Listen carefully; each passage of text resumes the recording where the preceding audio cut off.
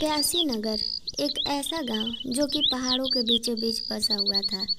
वहाँ पे आए दिन एक न एक अनोखी घटना होती रहती थी।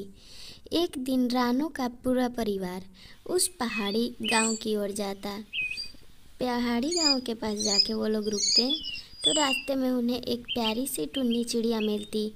टुन्नी चिड़िया को वो लोग देख के बोलते, अरे तुम तो यहाँ हमेशा रहती होगी, क्या तुम्हें इसके आगे का रास्ता मालूम है?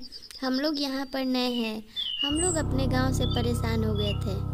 तभी देखते ही देखते वो चिड़िया एक चुड़ैल चिड़िया का रूप ले लेती और जोर जोर से हंसने लगती। वो लोग घबरा जाते और कहते कि हम लोग यहाँ पे अपने मन के शांति के लिए आए थे और हमें रास्ते में चुड़ैल चिड़िया मिल गई। हमारा तो किस्मत ही खराब है, आओ ले लो हमारा जान, वैसे भी हम लोग दिक्कत में हैं।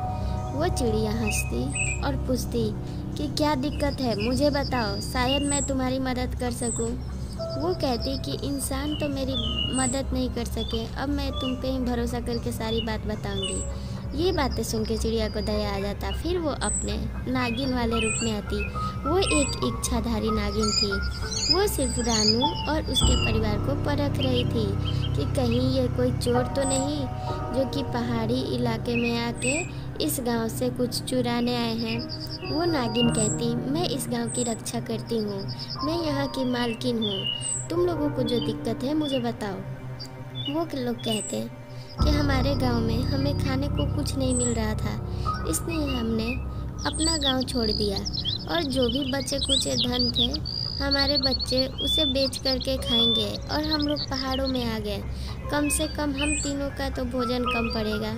नागिन उन्हें समझाती कि तुम लोगों ने बहुत बड़ी बेवकूफ़ी की है। तुम लोगों को क्या लगता है कि वो जो खेत है या तुम्हारा घर है उसको बेच देने से तुम्हारे बच्चों की ज़िंदगी चल जाएगी? अगर तुम लोगों ने उसे जन्म दिया तो उसका पालन पोषण करो और उसे उस लायक बनाओ। मैं तुम लोगों को शक्तियाँ देती हूँ कि तुम लोग अगर अच्छाई के लिए कुछ भी करना चाहोगे तो तुम्हारी मनोकामना 6 पूरी हो जाएगी। तुम लोग 6 बातें ऐसा बोलोगे जिससे कि तुम लोगों की बातें पूरी होगी। वो लोग कहते हैं कि ऐसा सच में हो सकता है क्या? तभी इच्छाधारी नागिन कहती है, हाँ ऐसा सच होगा, मैं तुम्हें जादुई शक्तियाँ देती हूँ, लेकिन देखना गलती से कभी वो ऐसा कुछ बात मत बोल देना गुस्से में जो कि सच हो जाए। जब तक तुम लोग ऐसा कोई भी बात बोलोगे कि काश ये हो जाता, तो 6 बात पूरी नहीं होती तो उसमें से एक बात ज़रूर सच हो जाएगी। तो अपने बच्चे अगर तुम्हारे परेशान करें तो देखना उन्हें गुस्से में कुछ बुरा श्राप मत दे देना। वो लोग खुश होकर वहाँ से अपने गांव की ओर निकल जाते।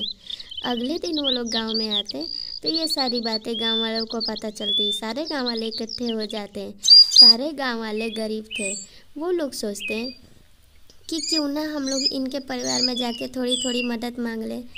तभी रानू का बच्चा बहुत शैतानी कर रहा होता।